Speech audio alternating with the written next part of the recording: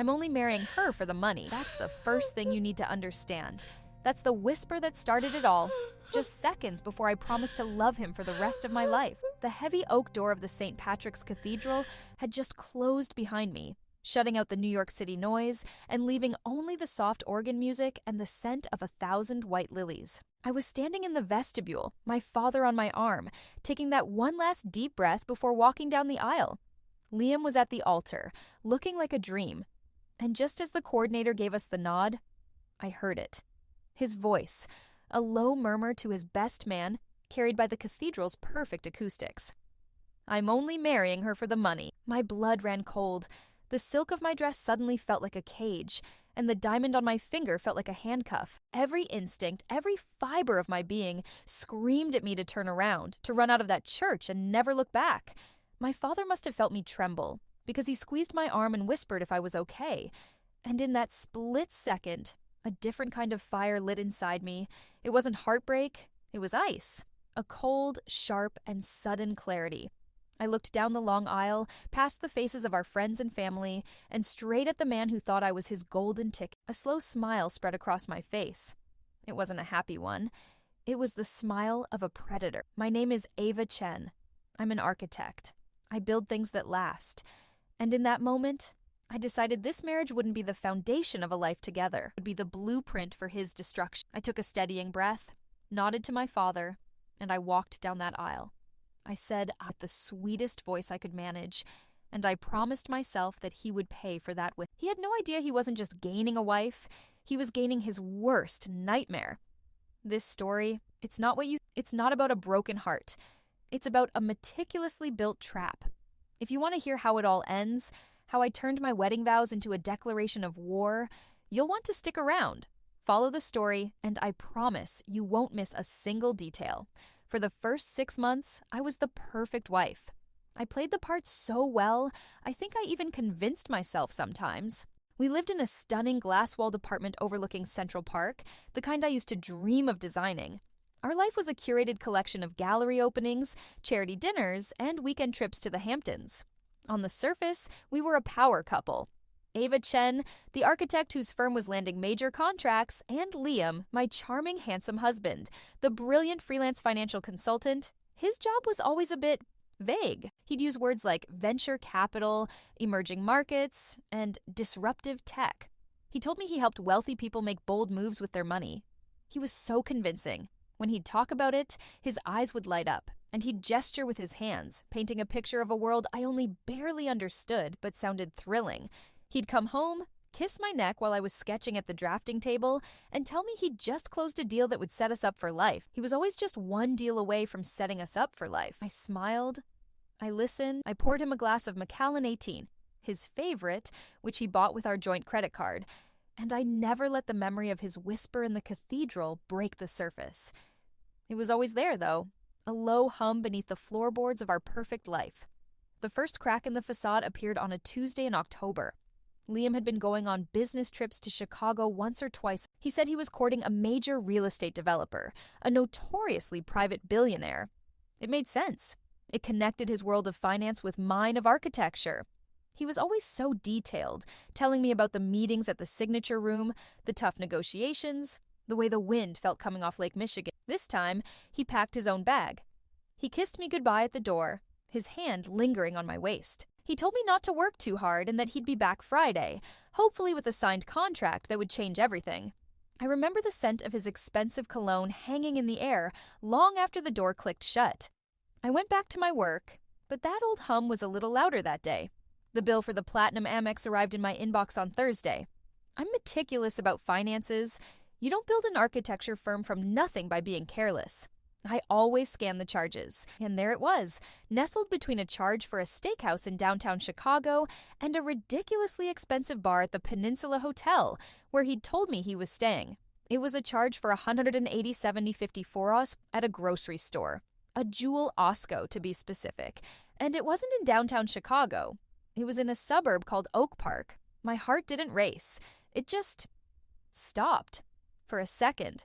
A grocery store. Why would Liam, on a high-stakes business trip, staying in a 5-star hotel with 24-hour room service, be buying nearly $200 worth of groceries in a quiet residential suburb 20 miles from his meetings? When he got home that Friday, I waited. I let him unpack, listened to him talk about how close he was to closing the big deal. He brought me a small gift, a beautiful book on modernist architecture he'd found. He was flawless. That night, as we were getting ready for bed, I leaned against the doorframe of our walk-in closet and asked him, my voice as light and airy as I could make it. I told him I was just going through the credit card statement, and I saw a weird charge. A grocery store in Oak Park? I asked if he had to drive way out there for a meeting. He didn't even blink. He laughed, a soft, easy sound. He said, "Oh, that. He had to meet an old contact, a guy named Rick Donaldson, who lived out there. He said they met for an early breakfast at some local diner, and he just grabbed some things for the hotel room on his way back. Some specific snacks he liked, a better brand of coffee. He said the prices downtown were absolute robbery, and he was still frugal at heart. He said it with a wink. It was a perfect explanation. Too perfect. It was smooth, detailed, and delivered without a hint of hesitation. He didn't just have a lie. He had a fully constructed, prefabricated alibi. I smiled and said it made sense. But after he fell asleep, the city lights painting stripes across our bedroom, I slipped out of bed and opened my laptop. The hum in my mind was a roar now. Rick Donaldson. Liam had mentioned him before, a real estate guy. I found him easily through my firm's professional network. His office was in the Chicago Loop, just as you'd expect. My fingers trembled slightly as I typed a short, professional email. "Hi, Rick," I wrote. "Hope you're well. It's Ava, Liam's wife. He mentioned he had a great breakfast with you last week when he was in town. I'm updating our personal contacts and realized I don't have your best information. Hope you don't mind." I hit send, my heart pounding against my ribs. The reply came the next morning. It popped up on my phone while I was making the very brand of coffee Liam had supposedly driven to the suburbs to buy. It was from Rick. He sounded friendly, cheerful, and completely confused. He wrote that it was great to hear from me, but there must be some mistake. He said he hadn't seen Liam in almost 2 years, but to please tell him hello. I stood there in my kitchen, the morning sun glinting off the polished marble countertops, and the screen of my phone felt like a block of ice. It wasn't about the money anymore. It wasn't about a stupid charge at a grocery store. It was the realization that the man sleeping in my bed was a fan. He had an entirely separate life, a story I wasn't a part of, built on a foundation of effortless, intricate lies. And I had absolutely no idea what was real. The morning after I got that email, our apartment felt the sunlight pouring through the floor-to-ceiling windows seemed harsh, clinical, exposing every surface. The silence was heavy, punctuated only by the sound of Liam humming in the shower. I stood at the kitchen island, staring at the phone in my hand. The words from Rick Donaldson burned into my memory. Haven't seen Liam in almost 2 years. My first instinct was primal. I wanted to storm into the bathroom, shove the phone in his face, and watch his perfect, handsome features crumble as the lies caught up with him. I wanted to scream, but the same cold clarity that had guided me down the aisle took over. An explosion would give him the chance to rebuild, to create a new narrative where I was the crazy, jealous wife. No, I needed a wrecking ball. I needed to demolish his life so thoroughly, there would be nothing left to salvage. I made the coffee, kissed him goodbye as he left for the day, and smiled. It was the hardest thing I'd ever done. The moment the door closed, I collapsed onto one of the bar stools, my body shaking. I couldn't do this alone. I pulled out my phone and dialed the only person I knew I could trust with this ugly, tangled mess. Maya. Maya and I had been friends since college. She was the one who talked me into starting my own firm, the one who held my hand when my mother passed away, and the one who was my maid of honor. She's also one of the sharpest corporate lawyers in New York. I told her everything. My voice a choked whisper, the vow I'd made at my wedding, the 6 months of playing a part, the grocery store, the email. I laid it all out. She didn't offer sympathy or tell me I was overreacting. She was quiet for a long moment. And then she said 5 words that changed everything. "Ava, we need a professional." She told me not to say a word to Liam, not to change a single thing about my routine. She said to act like the loving wife he expected, while we worked in the shadows. That afternoon, she sent me the contact information for a private investigator. His name was Mr. Davies. His website was a single gray page with an encrypted contact form. His fee was astronomical. I paid it without blinking. The instructions I gave him were simple. My husband, Liam, is traveling to Chicago next week. I need to know where he goes, who he sees, and where he stays. I want photos. I want everything. The following 2 weeks were the longest of my life. Liam announced his next trip. I helped him pack, a knot of ice in my stomach. I straightened his tie, kissed him, and wished him luck on the big deal. He told me he loved me. I remember thinking that his ability to lie was almost an art form. It was so effortless. While he was gone, I barely slept. I'd walk through our beautiful, empty apartment, touching the expensive furniture, looking at the photos of us on the mantelpiece, laughing in Tuscany, smiling on a sailboat in the Hamptons, and it all felt like a movie set, a life that belonged to someone else. There was a small, desperate part of me that prayed I was wrong, that there was a reasonable explanation for all of it. The report arrived on a Thursday night. It wasn't an email, but a link to a secure, password-protected server sent to Maya, who then forwarded it to me. I waited until I was sure Liam was asleep. I took my laptop into my home office, closed the door, and clicked the link. The screen filled with the cold, factual language of surveillance. Dates, times, license plates.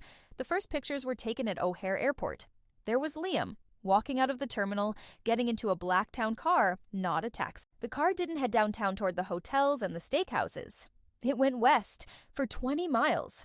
It stopped on a quiet, tree-lined street in Oak Park, in front of a beautiful 2-story colonial home with a perfectly manicured lawn. My breath hitched.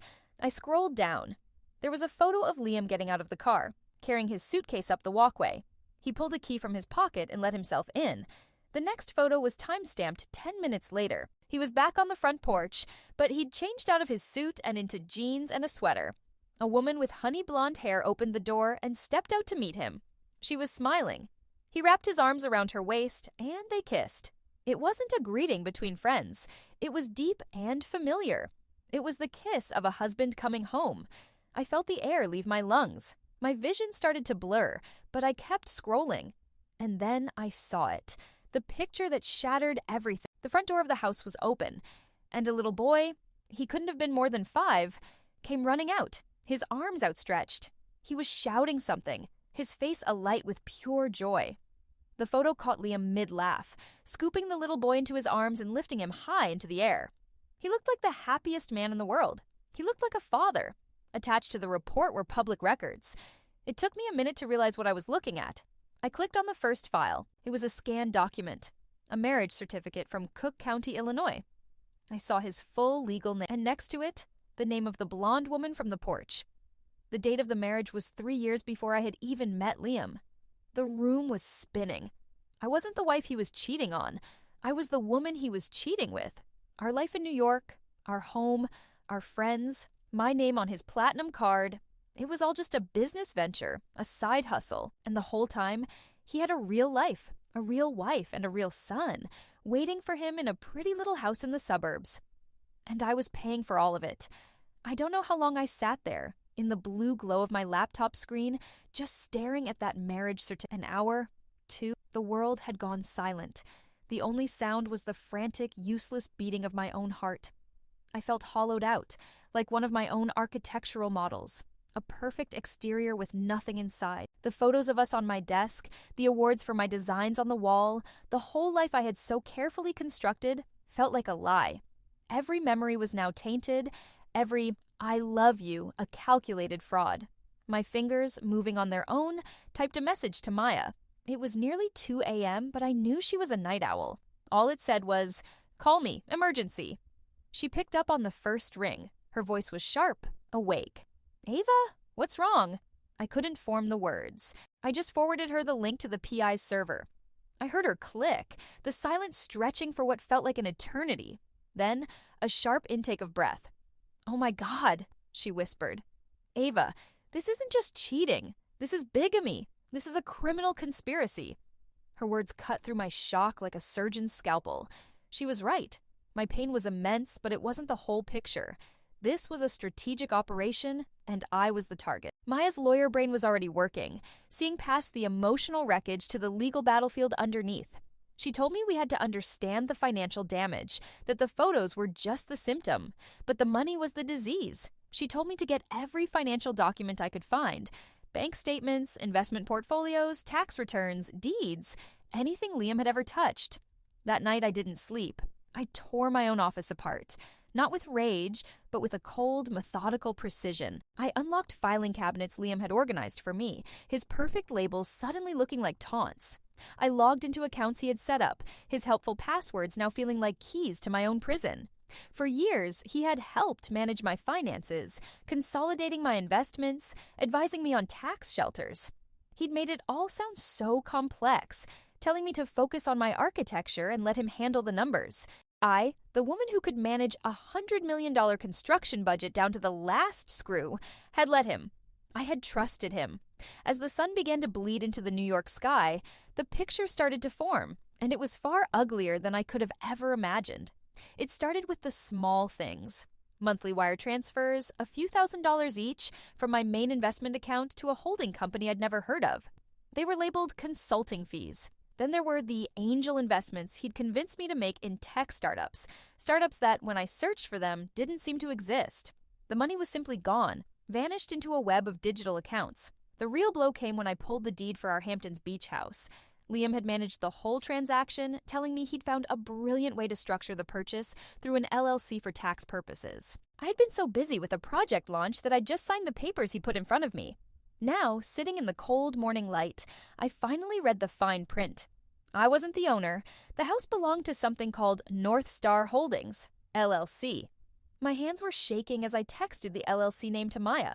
10 minutes later, she replied with a link to the state's corporate registry. I clicked it. North Star Holdings was registered in Delaware, a ghost corporation. But every corporation needs a registered agent, a name. And there it was. The sole officer and beneficiary of the company that owned my $3 million beach house, bought with my money, was a woman named Sarah Harrison, the blonde from the porch, his legal wife. I felt a wave of nausea so intense I had to grip the edge of my desk. This wasn't just about him spending my money. This was a systematic, patient, and utterly ruthless plan to liquidate my entire life. He was transferring my wealth, my hard-earned assets, piece by piece into her name. The plan was clear. He would continue to drain me dry until there was nothing left, and then he would disappear back to his real life in Chicago, leaving me in a mountain of debt and legal ruin. He was going to erase me. I stood up and walked to the window. The sun was rising over Manhattan, glinting off the skyscrapers I dreamed of adding to. He thought I was a mark, a wealthy, naive woman so blinded by love that she wouldn't see the wolf gutting her right in front of her eyes. He saw my success as a resource to be plundered, not the result of a mind that was sharp, creative, and resilient. He had attacked the very core of who I was. And in that moment, the grief and the shock burned away, leaving something hard and pure in its place. It was rage. A cold, textural rage, the kind you feel when you see a beautiful structure being rotted from the inside out. He wasn't just going to fail. I was going to make him wish he had never heard the name Ava Chen. Living with Liam after that night was like performing a one-woman show on Broadway 8 times a week with no script. Every morning, I'd wake up next to him and my first conscious thought was, he is the enemy. Then I'd roll over, smile, and kiss him good morning. The strain of it was immense, a constant pressure behind my eyes. I had to be the person he thought I was. The brilliant but slightly naive artist, too absorbed in the elegant lines of a building to notice the crooked lines of her own balance sheet. Maya and I talked every day on encrypted calls. She was my director, my coach. Her advice was simple and terrifying. She told me he thinks he's the smartest guy and that was our greatest advantage. She said he's a narcissist, and every narcissist's fatal flaw is their ego. They need to brag. We just had to give him the right stage. We knew the what, the slow, systematic theft. We knew the who, his other wife, Sarah, but we didn't know the when. What was his end game? When was he planning to cash out, take the last of my money, and vanish from my life forever? I set the stage on a rainy Sunday after we were in the apartment, the city gray and blurred outside our windows. I was curled up on the sofa, pretending to read a magazine. I let out a theatrical sigh. Liam looked up from his tablet. I told him I'd just read this awful article about a tech billionaire who lost everything in the market. I put on my best concerned wife face, looking at him with wide, worried eyes. I said his name, my voice soft. I told him that sometimes, with his big deals and all the risks, I worried. I said that I knew he was a genius, but it all seemed so volatile. It was the perfect bait, designed to appeal to his two favorite things: my supposed dependence on him and his own financial brilliance. He took it, hook, line, and sinker. He put his tablet down and moved to sit beside me on the sofa, wrapping his arm around my shoulders. His touch made my skin crawl, but I leaned into him. He gave me that condescendingly reassuring smile. He told me I was so cute when I worried, but I had absolutely nothing to fear. He said he was so far ahead of the market, he was practically playing a different game. And then he started to brag. He told me he was in the final phase of his greatest project. He said he was structuring a new private holding company, something completely off the grid and untraceable. He said he was going to consolidate all our major assets into it. Our assets. He described it as a financial fortress, impenetrable to any market crash or lawsuit, a place where our wealth could grow, protect. My heart was hammering against my ribs, but I just looked at him, full of feigned admiration. I asked him when this would all happen. I said it sounded wonderful. And then he made his fatal mistake. He got a smug look on his face, puffed out his chest a little, and said it was all down to one last piece of the puzzle. He told me with a proud smile that the timing was dependent on the closing of the commercial leases for the Chen Tower, my masterpiece, the project that had taken me 10 years of blood, sweat, and tears to bring to life. The first wire transfer from the leasing revenue was due in 4 weeks. It was the biggest single influx of cash I had ever received in my life. He said that once that money hit my account, he was going to move it immediately into the new fund. He called it the final brick in the wall. He squeezed my shoulder and told me that after that, we'd be untouchable. I wanted to vomit. He was planning to use the profits from my greatest triumph as the seed money for his escape. He was going to steal my legacy. I felt a surge of rage, so it almost took my breath away. But on my face, I produced a look of awe, threw my arms around his neck, burying my face in his shoulder to hide the look in my eyes. I told him he was the most brilliant man I'd ever known and that I felt so safe with him. He bought every word. He held me, basking in my adoration, completely oblivious. He had no idea what he had just done. He hadn't just told me his plan. He had given me a date, a target, and a weapon. He'd shown me the exact spot in his fortress wall where the foundation was weakest. Later that night, I watched him on the phone in the living room, laughing about something with his best. He looked relaxed, confident, like a man who had the whole world in the palm of his hand. I wasn't looking at my husband anymore. I was looking at a blueprint, and I knew exactly where to plant the dynamite. The 4 weeks after Liam handed me his timeline were the most intensely focused of my life. The fear and confusion were gone, replaced by the crystalline focus I get when I'm on a deadline for a major project. My apartment became a war room. Liam would leave in the morning for his meetings, and Maya would come over, her briefcase full of legal documents. We spread spreadsheets and corporate ownership charts across my glass dining table. The game was no longer about uncovering his lies, it was about building a better one. Maya was the architect of the trap, and I was the lead designer. She explained that we needed to create a ghost company so appealing, so legitimate, that Liam wouldn't hesitate to pour everything into it. We incorporated a new holding company in Switzerland with layers of legal protection that made it look like a fortress. We gave it a bland corporate name, Apex Global Investments.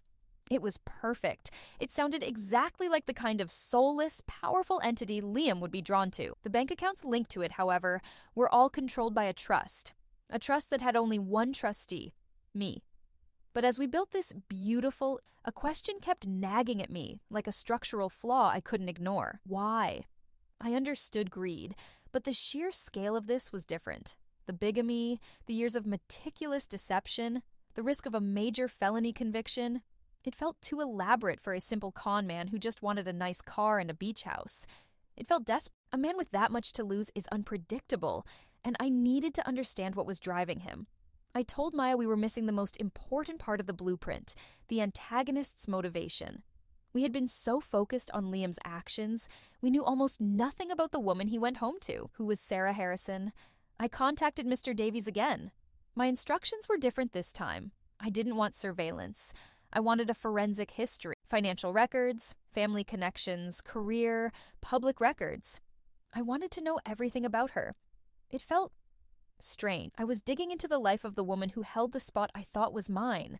A woman I should have hated with every fiber of my being, but all I felt was a curiosity. She was a variable in my equation that I needed to solve. The second report from Mr. Davies was thinner, but its contents were infinitely heavier. It unraveled the whole story. Sarah Harrison wasn't some gold-digging mistress. She was the daughter of a once prominent Chicago family who had lost their entire fortune in the 2008 market crash. The beautiful house in Oak Park was mortgaged to the hilt. Her credit card statements showed a mountain of debt. She was working a part-time job as a school librarian. They weren't living a life of luxury on my money. They were barely staying afloat. Then I got to the last page. It was a summary of medical expenditures and insurance claims. The PI had uncovered them through a source. The claims were for their son, Leo. He was 6 years old, and since he was 2, he had been battling a rare form of muscular dystrophy. The file listed dozens of specialist visits, experimental treatments, surgeries, and in-home nursing care. The costs were staggering, hundreds of thousands of dollars a year, most of it not covered by their basic insurance plan. Suddenly, everything clicked into place with a sickening thud. The desperation, the elaborate, high-stakes fraud, the constant need for more and more money. Liam wasn't just funding a comfortable double life, he was paying to keep his son alive. He wasn't a classic con man driven by greed. He was a father, twisted by desperation, who had made a conscious decision to become a monster. I leaned back in my chair, the report heavy in my lap. I thought of Liam, laughing and telling me about his brilliant investments while he was systematically draining my accounts to pay for a child's medical treatments. He didn't just betray, he had morally bankrupted himself. He had looked at me, at my life's work, at everything I had built, and decided it was all just fuel to keep his other life burning. He had appointed me the unwilling, unknowing savior of his family, and the cost to me was irrelevant. Flicker of sympathy I might have felt was extinguished by the cold reality of his choice.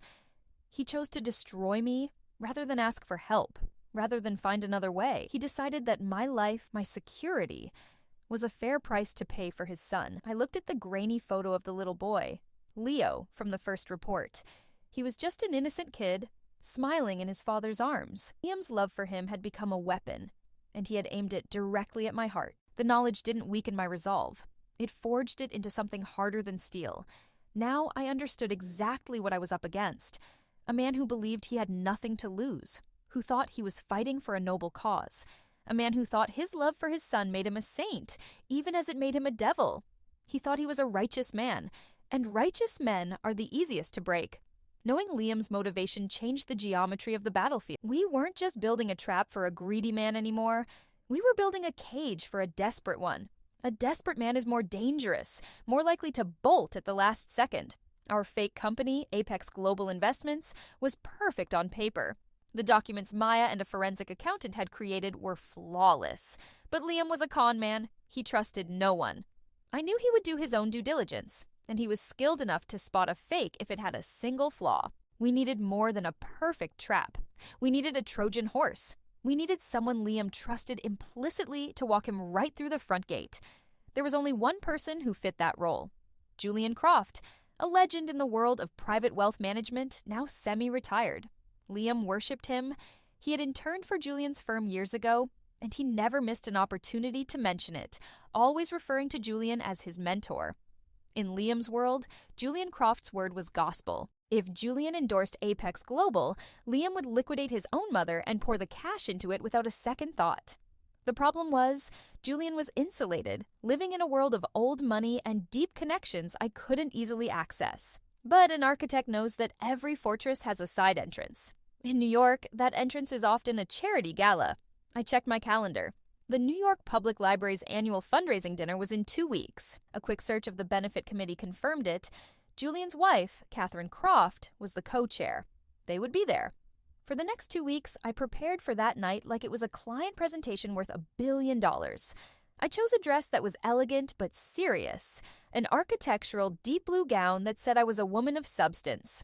I studied Julian's career, his major investments, his philanthropic interests. Maya, meanwhile, was working with our hired accountant to add a new level of detail to the Apex Global prospectus, tailoring it for an audience of one. At the gala, the air was thick with the scent of money and perfume. I moved through the crowd, nodding at people I knew, a glass of champagne in my hand. I finally saw him, holding court near the main ballroom. I had a mutual friend make the introduction. "Julian, you must meet Ava Chen. Her firm is designing the new museum wing." Julian Croft was exactly as I'd pictured him. Tall, silver-haired, with eyes that assessed your net worth in a single glance. I shook his hand. We talked about architecture. We talked about the city. He was charming, intelligent, completely unimpressed. I didn't mention Liam. I was Ava Chen, a successful professional. As the conversation wound down, I played my first card. I mentioned, almost as an aside, that my firm was looking to move some of its capital into a more private, stable fund, and that my lawyer was vetting a Swiss group called Apex Global Investments. I asked casually if he'd ever heard of them. He gave me a polite, dismissive smile and said the name didn't ring a bell. My heart sank. It was a wall. But I was ready. I smiled back and said, "Well, they must be new." My lawyer was just so impressed with their lead strategist. She said he came from that old fund of yours that handled the Argentinian debt crisis. She felt they had a very sophisticated understanding of risk. I saw a flicker of something in his eyes, a spark of professional ego. I had used a detail so deep in his own history that it recategorized me from a socialite to a serious player. I thanked him for his time and walked away. I had planted the seed. The next day, Maya, acting as my corporate counsel, sent a copy of the Apex Global prospectus to Julian's office. She included a short, formal note saying that Ms. Chen valued his opinion and would be grateful for any insights. This was the masterstroke. Mr. Davies' research had uncovered one black mark on Julian's otherwise stellar career, a disastrous bet against the tech bubble in the late 90s that had cost his clients dearly. The prospectus Maya sent contained a brilliant, entirely fictional case study of how Apex's analytical model had correctly predicted that very downturn. We weren't just flattering him, we were offering him a way to retroactively heal his biggest professional wound. 3 days of silence followed. I was starting to think it hadn't worked. Then, my personal assistant buzzed me. Julian Croft was on the line. I took a deep breath and picked up the phone. His tone was completely different. He was energized, impressed. He told me he'd read the prospectus and that this Apex Group was one of the most brilliant new firms he'd seen in a decade. He said their risk aversion models were revolutionary. He was sold. He was a believer. We had turned him into an unwitting accomplice, not with blackmail, but with flattery and fiction. The true victory came that Friday. Liam came home from work, his face flushed with excitement. He was practically vibrating. He tossed his briefcase on the sofa and told me I would not believe the day he'd had. He'd had a drink with Julian Croft. Just to talk about the market? He'd mentioned he was looking for a new home for our capital, and Julian, the great Julian Croft himself, had stopped him mid-sentence and told him there was only one place to be right now. A small, brilliant Swiss firm that was making waves. A firm called Apex Global Investments. Liam looked at me, his eyes wide with that familiar, greedy sparkle. He told me it was a sign from the universe. The ultimate validation. I smiled. A slow, genuine smile. And I told him that if Julian Croft recommended them, he shouldn't hesitate. I told him to go all in. He thought it was a sign, and he was right. It was the signal that the gate was open, and the Trojan horse was safely inside. With Julian Croft's unwitting endorsement, Liam's last shred of caution evaporated. He was a man running downhill towards a finish line only I could see was a cliff. He started talking about Apex Global Investments constantly, bringing it up in conversation with our friends, name-dropping it like it was his own personal discovery. He was giddy, high on the prospect of his final victory. He had the perfect plan, the perfect escape route, and the perfect fool, me, to finance it all. The wire transfer for the Chen Tower leases was scheduled for the 15th of the month. According to his slip-up, that was his D-Day. My D-Day, too. Maya and I had the legal and financial trap perfectly constructed. The Apex Global accounts were ready to receive the funds, which would then be legally firewalled and frozen. We could ruin him silently, bleed him dry in the dark. But that wasn't enough. I didn't just want my money back. I didn't just want him to face criminal charges. I wanted to take back the narrative. For over a year, he had curated a public image of himself as a devoted, brilliant husband, standing beside his successful wife. He had used my reputation to bolster his own. He had told our story, a story that was a complete fiction, to everyone we knew. And I had to be the one to burn that storybook to the ground, page by page in front of a live audience. I needed to demolish the man, not just his bank account. I just needed the right stage. Liam, in his infinite arrogance, built it. He came into my office one evening, 2 weeks before the transfer, holding 2 glasses of champagne. He was beaming. He told me his 40th birthday was on the 18th, 3 days after the Chen Tower money arrived. He wanted to throw a party. Not just any party, but the party of the year. Here, in our apartment. He wanted to invite everyone, our friends, his colleagues, and, the detail that made my heart beat faster, his family, his mother, his father, his sister. They were going to fly in from Boston. He wrapped his arms around my waist, his breath smelling of champagne and self-satisfaction. He told me it would be a celebration of a celebration of his birthday, of the Chen Tower's success, of us. He wanted to make a toast, he said, to their future. The world seemed to slow down. In my mind, I saw it all click into place. He wasn't just planning a party, he was gathering every person whose opinion he cared about, every person he had lied to, and putting them all in a single room, my stage. The setting for his grand triumph would be the setting for his ultimate humiliation. I pulled back, a brilliant, genuine smile spreading across my face. I told him it was the most wonderful idea he'd ever had. I told him he deserved it. And then I made the offer he couldn't refuse. I told him not to worry about a thing. I would handle all of it. I would hire the caterers, design the decor, manage the guest list. I would make it a night that no one would ever forget. He was delighted, kissing me and calling me the perfect wife. For the next 2 weeks, I became an event planner from a psychological thriller. I hired the best caterer in the city. I ordered flowers. I chose the music. And I hired a top-tier audiovisual company. I told Liam I wanted to project a slideshow of our happiest moments together during his birthday toast. The idea was touching, sentimental. He had no idea. I worked with the AV technician myself, mapping out the apartment. We would have a large, retractable screen installed on the main wall of the living room, the one that faced the park. It would be invisible until the moment of the toast. I told him I had a surprise video presentation for my husband and that the timing was crucial. He was a professional. He just nodded and took notes. The day before the party, I consolidated all of it. The PI's photos of Liam with Sarah and Leo in Oak Park, a scanned image of their Illinois marriage certificate next to ours from New York, screenshots of the LLC documents for the beach house showing Sarah's name as the sole beneficiary, a simplified flowchart mapping the money flowing from my accounts into his non-existent startups. I put it all onto a single encrypted flash drive. It was small and cold and felt like a weapon in my hand. Tonight is the night. The apartment is filled with the scent of lilies, the same flowers from my wedding, and the soft sound of a jazz trio. The caterers are moving silently, polishing glasses. Liam is in the other room, humming as he puts on a new Tom Ford suit I paid for. He thinks this is the beginning of his new life, the culmination of all his brilliant plans. I'm standing in our bedroom, looking at my reflection. I chose my dress with care. It's a sharp, blood-red sheath, a warrior's color. In my hand, I hold the small, black flash drive. He thinks he's the host of a party celebrating his coronation. He has no idea that every person on that guest list has an invitation to his public execution. And I am ready to be the one to bring down the axe. The first hour of the party was the strangest performance of my life. Our apartment, my home, was filled with the ghosts of my past and the jurors of my laughter, and the smooth sounds of a live jazz trio echoed off the glass walls overlooking the twinkling lights of Central Park. I was the consummate hostess, a vision in red, gliding through the crowd with a smile fixed on my face. I accepted compliments on the flowers, on my dress. Each, "You two are the perfect couple," felt like a small, sharp twist of a knife. Liam was in his element. He was the king in his court, radiant with a victory only he understood. I watched him from across the room as he charmed my colleagues and schmoozed his own contacts. He was a master puppeteer, and everyone here was his marionette. His family had arrived an hour earlier. His father, a stoic man who seemed perpetually unimpressed.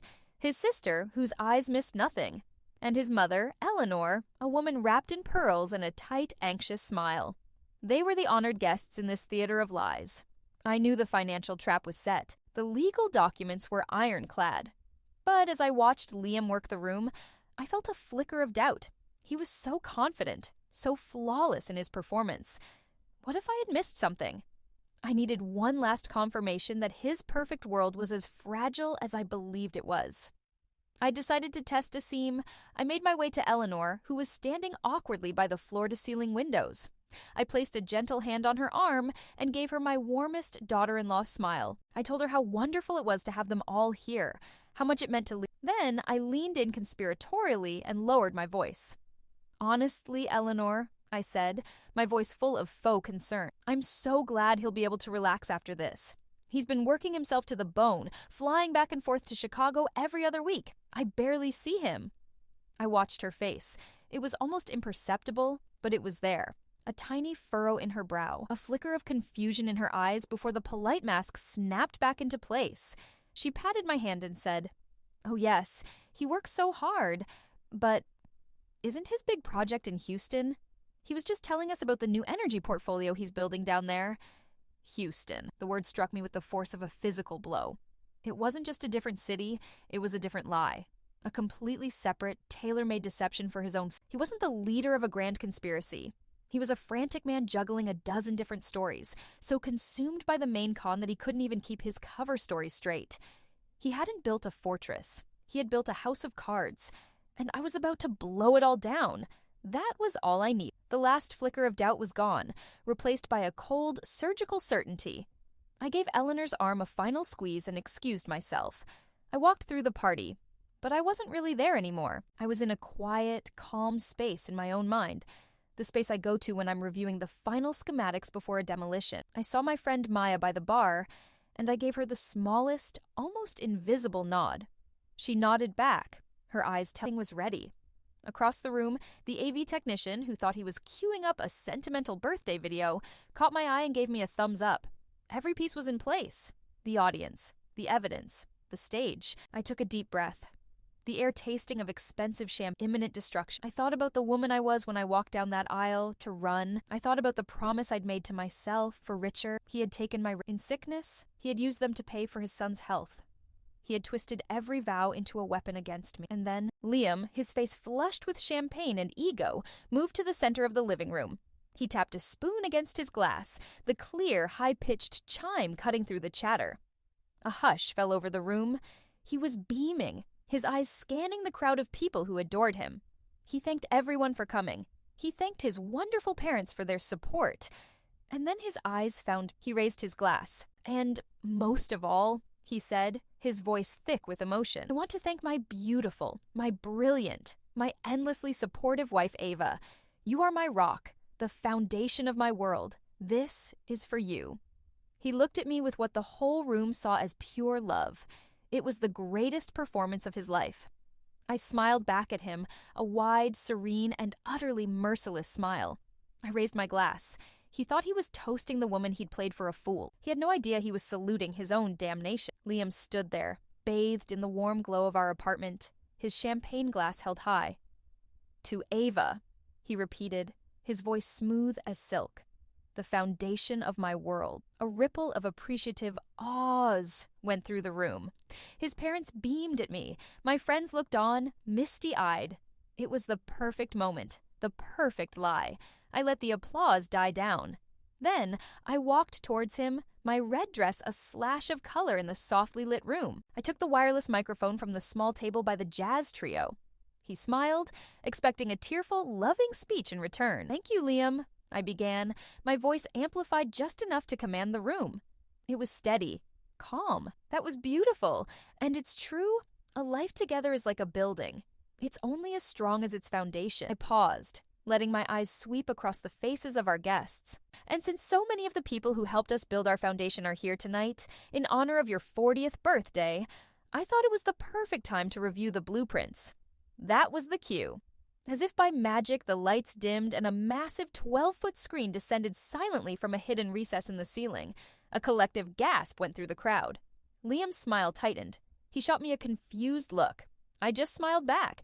The first image that filled the screen was us. A gorgeous, sun-drenched photo from our wedding day. "St. Patrick's Cathedral," I narrated, my voice even, "where we made our vows." Next to it, a high-resolution scan of our New York State marriage license appeared. The legal record of our promise. Liam was still smiling, but it was strained now. He thought this was just a sentimental, if slightly over-the-top gesture. Then, the wedding photo vanished, replaced by a crisp, clear picture of the charming colonial house in Oak Park, Illinois. "And this," I said, my voice losing its warmth, "is the home where you kept your other promises." A confused murmur rippled through the room. Liam's face went pale. He started to take a step toward me, but the next image stopped him. It was the marriage certificate. His name? Liam Michael Harrison, next to the name Sarah Marie Harrison. Dated 3 years before he and I had ever met. Someone in the back of the room gasped audibly. I saw his mother's hand fly to his father. Looked like he'd been slapped. "A prior commitment," I said, my voice like ice. "One you failed to mention." Then the images began to flash in a relentless, brutal sequence. A photo of him kissing Sarah on the porch. A photo of him laughing as he lifted a small, blonde-haired boy into the air. "Meet Leo," I said to the silent, horrified room. "The son you were raising while you were telling me you weren't ready for children." Liam finally found his voice. It was a strangled whisper. "Ava, what is this? This is insane." "Insane?" I replied, my voice rising just a fraction. "Let's talk about insane finances." The screen shifted to a simplified flowchart. A thick red arrow moved from a box labeled "My Inheritance and Firm Profits" to a dozen smaller boxes with names like Helios Ventures and Quantum Holdings, the ghost companies. Then the screen showed the deed to our Hamptons Beach house, the ownership clearly listed as North Star Holdings, LLC. It was followed by the LLC's registration, with Sarah Harrison's name as the sole beneficiary glowing in the dark. "For over a year, you have been systematically liquidating my life's work to pay for yours," I stated, my voice ringing with clarity. "You stole my money, my sense of security, and my future." "These are fakes," Liam shouted, his voice cracking with desperation. He turned to the crowd. She's not well. I don't know where she got these doctored images, but this is a lie. It's slander." "You're right," I said, and the room went even quieter. "Documents can be faked, so let's look at something real, something that happened just this afternoon." The screen changed. Now it showed the clean, official logo of Apex Global Investments. I saw Julian Croft's face tighten, a storm of dawning horror in his eyes. "This is the impenetrable Swiss account you were so proud of, darling," I said, looking directly at Liam. "The one you moved everything into the moment the Chen Tower money cleared my account on the 15th. The screen showed a statement displaying a balance that made several people in the room physically flinch. Over $18 million. "There it is," I said. "My entire legacy. Everything I've ever worked for, plus every dollar you stole, all in one place." Liam stared at the screen, a strange, triumphant sneer forming on his lips. He thought the money was his, safe in an account I couldn't touch. "But here's the thing about blueprints, Liam," my voice dropping to a near whisper. "The architect always keeps a copy, and she always knows where the load-bearing walls are." I gave a tiny nod to the AV technician. The screen refreshed. It was a live view of the account. A single transaction was now listed. A wire transfer executed at 5 p.m. that very day. The amount, $18,247,351.14. The recipient, the Ava Chen Restoration Trust. And below it, the current account balance for Apex Global Investments, glowing in a stark, brutal white. 0.000. The silence in the room was absolute. It was a physical thing, a heavy blanket of shock and disbelief. Every eye was on Liam. His face, once handsome and confident, had collapsed. The color drained away, leaving a pasty gray mask of utter ruin. He wasn't just exposed, he was erased. I let that perfect, beautiful $0 balance hang on the screen for a full 10 seconds, a monument to his greed and my victory. I looked at the man I had married, a hollowed-out stranger standing in the wreckage of the life he had tried to steal. Then, I lifted the microphone to my lips one last time. "Happy birthday, Liam." I let the microphone fall from it hit the polished oak floor with a loud, percussive thud that echoed in the suffocating silence of the room.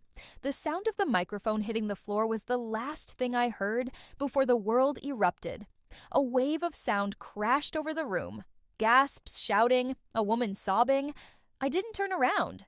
I didn't need to see the chaos. I had designed it, and I knew the schematics by heart. I simply turned my back on the wreckage of Liam's life, walked through the stunned, silent crowd that parted for me and went into my bedroom. I closed the heavy door, shutting out the noise, and for the first time in over, I felt the silence not as my war was over. Maya handled the immediate fallout. A calm, commanding general securing the battlefield. She had security discreetly escort Liam, who was by then a babbling, broken mess, to a waiting car. She made sure his horrified parents were taken care of, and then politely, but firmly, asked everyone to leave. The party was over. The consequences for Liam were swift and brutal. The story was too juicy for the New York press to ignore. The high society swindler, the secret second family, the dramatic birthday party takedown. It was a feast for the tabloids. But behind the headlines, the legal gears were grinding. With the mountain of evidence I provided, the district attorney's office filed a multi-count indictment for bigamy, grand larceny, and a dozen counts of wire fraud. Faced with a life sentence, he took a plea deal. The last I heard, he was serving a 15-year sentence in a federal prison upstate. He lost his freedom, his reputation, his family, and every single dollar he had ever stolen. A few weeks later, an email with a simple, hesitant subject line appeared in my inbox. From Sarah Harrison. For a full day, I just stared at it. What could she possibly say? Was I about to be blamed? Threatened? Finally, I opened. The words inside were not what I expected. She was writing to apologize. She explained that Liam had woven a completely different fantasy for her. In his version, I was a wealthy, emotionally unstable benefactor whose portfolio he was managing. The money that paid for their son's medical bills, he'd told her, was from the profits he was making for this reclusive client. She had her suspicions. He was always so vague, so stressed. But she never imagined the scale of the lie, and she never knew he had married me. She was a prisoner in a different cell of the same jail. We met a week later in a quiet cafe downtown. She was smaller in person, with tired, intelligent eyes. We didn't talk like rivals. We talked like survivors. She told me about their son, Leo, and the constant fear that came with his medical, the fear Liam had exploited in both of us. And as I listened, I had the final, most important realization of this entire saga. My fight was never about the money. The money was just how we kept score. My deepest the fear that I had been a fool, so blinded by love that I couldn't see the... But looking at this other woman, a smart, kind person, who had been just as thoroughly deceived, I finally understood. I wasn't a fool. I was a target. Deception had been a masterpiece of evil. Forgiving myself in that moment, the truest. Sarah told me, her voice barely a whisper, that with Liam gone and no more money, she was terrified she wouldn't be able to afford Leo's next round of... The trust I had formed, the Ava Chen Restoration Trust, was designed to restore what had been stolen, my sense of security, my future. But sitting there, I realized that restoration wasn't just about me. Today, a year later, I'm sitting in my firm's new office, overlooking the skyline. The Chen Tower stands proud against the blue sky, a testament to the fact that what I build lasts. My firm is more successful than ever. And every month, a significant anonymous payment is made from my trust to a dedicated medical fund for a 6-year-old boy in Chicago. It is an investment in an innocent future, a final act that proves I am a builder, not a destroyer. It's the last, most important brick in the new foundation of my life.